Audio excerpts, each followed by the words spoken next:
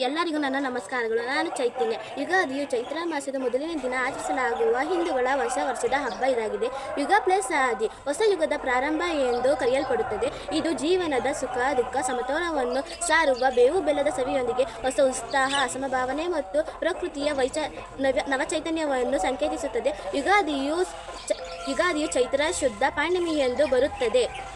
ಈ ದಿನವನ್ನು ಹೊಸ ವರ್ಷದ ದಿನದೆಂದು ಪರಿಗಣಿಸಲಾಗುತ್ತದೆ. ಪೌರಾಣಿಕ ಬ್ರಹ್ಮದೇವನು ಈ ದಿನವನ್ನು ವಿಶ್ವ ಸೃಷ್ಟಿಸಿದನೆಂಬ ನಂಬಿಕೆ ಇದೆ ಮತ್ತು ವಸಂತ ಋತುವಿನ ಆಗಮನದೊಂದಿಗೆ ಹೊಸ ಚಿಗುರು ಮತ್ತು ಹೂವುಗಳು ಅರಳುತ್ತವೆ ಎಂದು ಇದು ನಮ್ಮ ಜೀವನದ ಹೊಸ ಆರಂಭ ಎಂದು ಆಗಿರುತ್ತದೆ. ಬೇವು ಬೆಲ್ಲ ಮಿಶ್ರಣವು ಜೀವನದ ಸಿಹಿ ಬೆಲ್ಲ ಮತ್ತು ಕಷ್ಟಗಳನ್ನು ಬೇವು ಸಮತಲವಾಗಿ ಸ್ವೀಕರಿಸಬೇಕೆಂಬ ಗಹನ ಸಂದೇಶವನ್ನು ಸಾರುತ್ತದೆ. ಈ ಹಬ್ಬವು ವರ್ಷವಿಡೀ ಶುಭಫಲವಾಗಿ ನಿರೀಕ್ಷಿಸುತ್ತದೆ. ಎಲ್ಲರಿಗೂ ಯುಗಾದಿ ಹಬ್ಬದ ಶುಭಾಶಯಗಳು. ಧನ್ಯವಾದಗಳು.